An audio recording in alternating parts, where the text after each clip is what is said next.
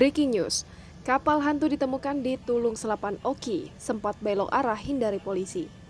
Kapal hantu atau kerap digunakan untuk menyelundupkan barang terlarang yang sempat diburu tim Direktorat Polair Polda Kepulauan Bangka Belitung menggunakan helikopter berhasil ditemukan. Kapal tersebut ditemukan karam di perairan Dusun Tanjung Jati, Kecamatan Tulung Selapan, Kabupaten Ogan Komering Ilir, Sumatera Selatan pada Minggu 6 Juni 2021 pagi. Kapolres Oki AKBP Alamsyah Pelupesi melalui Kasat Polair AKP Suprawira melalui telepon pada Senin 7 Juni 2021 pagi mengatakan saat ditemukan di dalam kapal hanya ada sebuah dirigen berisikan minyak yang kemungkinan stok untuk bahan bakar.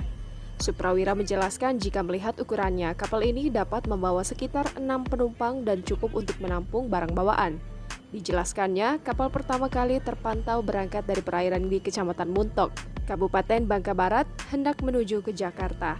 Namun saat petugas kepolisian Direktorat Polair Polda Bangka Belitung mengikuti mereka memakai helikopter, mereka sempat berusaha menghilangkan jejak untuk menghentikan pemantauan.